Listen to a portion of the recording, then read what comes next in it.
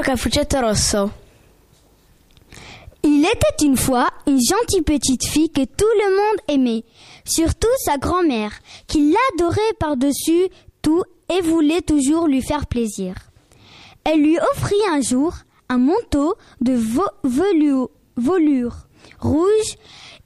Il lui allait si bien et elle l'aimait tant qu'elle ne voulait plus le quitter. C'est ainsi qu'on lui donna le surnom de Petit Chaperon Rouge. Mara Liviu. Viens ici, Petit Chaperon Rouge. Prends ces biscuits et cette bouteille de lait pour ta grand-mère. Elle est malade et fièvre. Cela lui fera du bien. Vas-y, vite, avant qu'il ne fasse trop chaud. Ne traîne pas en chemin et ne cours pas. Tu risqueras de tomber, de casser la bouteille. Et grand-mère, il n'y aura plus de lait. Quand tu arriveras chez elle, n'oublie pas de lui dire bonjour gentiment et ne fouine pas dans tout le coin. Je ferai comme tu me le demandes, promit le Petit Chaperon Rouge à sa mère. La grand-mère vivait à l'autre bout de la forêt, à une bonne demi-heure du village. Quand le Petit Chaperon Rouge arriva dans les bois, elle croisa sur son chemin un loup. Mais comme elle ne savait pas quel méchant animal c'était, elle n'en fut pas le moins du monde effrayée. « Salam alaikum, Petit Chaperon Rouge !» lui dit-il. « Buongiorno lupo !» répondit-elle. « Où t'en vas-tu de si bon matin, Petit Chaperon Rouge ?»« Je vais chez ma grand-mère. »« Qu'as-tu dans ton panier ?»« Les biscuits que nous avons fait cuire hier soir, je les lui apportés. » répondit le Petit Chaperon Rouge. « Où habite ta grand-mère, Petit Chaperon Rouge ?»« À un quart d'heure d'ici à traverse la forêt. »« Quelle succulente bouchée vais-je faire de cette tendre et jeune créature? Elle sera bien meilleure que la vieille femme. Procéder avec ruse si je veux les manger toutes les deux. » pensa le loup. Il chemina un moment avec le Petit Chaperon Rouge, puis lui dit: « Vois-tu ces jolies fleurs, Petit Chaperon Rouge? Pourquoi ne regardes-tu pas autour de toi? Je suis sûr que tu n'entends même pas le chant des oiseaux. Tu es sérieuse, comme si tu allais à l'école. Tout est si gai pourtant dans les bois. »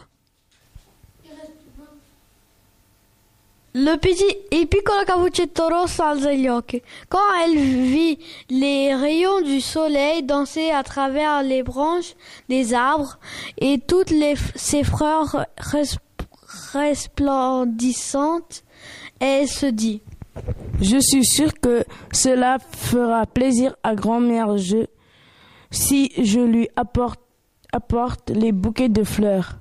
Il est encore très tôt, j'ai tout le temps et de les cueillir. C'est ainsi qu'elle quitta le sentier et s'aventura parmi les arbres pour composer son bouquet. Chaque fois qu'elle cueillait une fleur, elle croyait en apercevoir une autre, plus loin encore plus jolie. Elle s'enfonça alors davantage dans la forêt. Le loup, pendant ce temps, se dirigeait tout droit vers la maison de la grand-mère. Il lui bussa alla porta. Qui est là? Le Petit Chaperon Rouge qui t'apporte des biscuits et du lait. Capoyach. Soulève le loquet, je suis trop vieille pour me lever. Le loup souleva le loquet et la porte s'ouvrit. Il entra directement, s'approcha du lit sans un mot et mangea la pauvre vieille femme. Après avoir enfilé sa chemise de nuit et coiffé son bonnet, il entra dans le lit et tira les rideaux. Pendant ce temps, le petit chaperon rouge cueillait des fleurs jusqu'à ne plus pouvoir les porter. Soudain, elle se souvient de sa grand-mère. En arrivant devant la maison, elle fut étonnée de trouver la porte ouverte. Quand elle entra dans la pièce, elle eut une drôle d'impression. Elle eut peur, sans en connaître la raison. « Pourtant, j'aime tant aller voir grand-mère, dit-elle.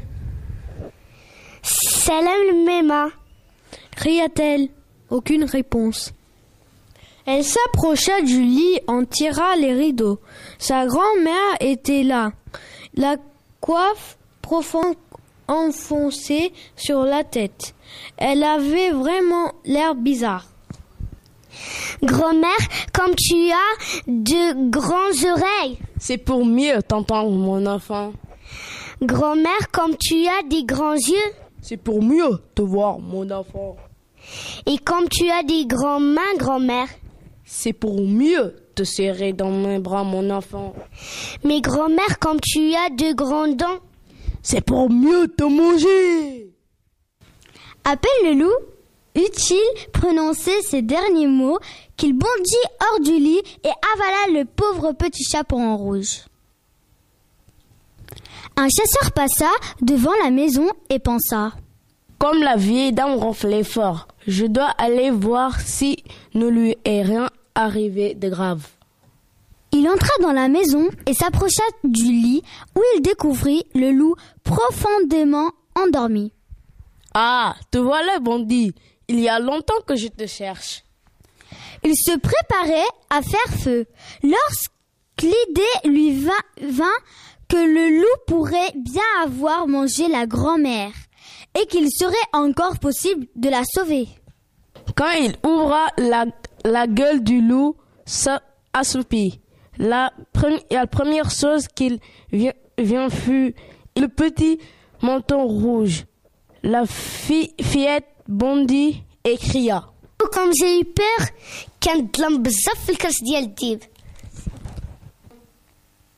Ensuite vint la grand-mère vivante, mais pouvant à peine respirer, le loup se réveilla alors et voulut s'enfuir. Mais à la vue du chasseur, il fut si effrayé qu'il tomba raide mort. Ils étaient tous très heureux maintenant. Le chasseur emporta chez lui la dépouille du loup. La grand-mère mangeait les biscuits et but le lait que le petit chaperon rouge lui avait apporté et s'en trouva toute régalée.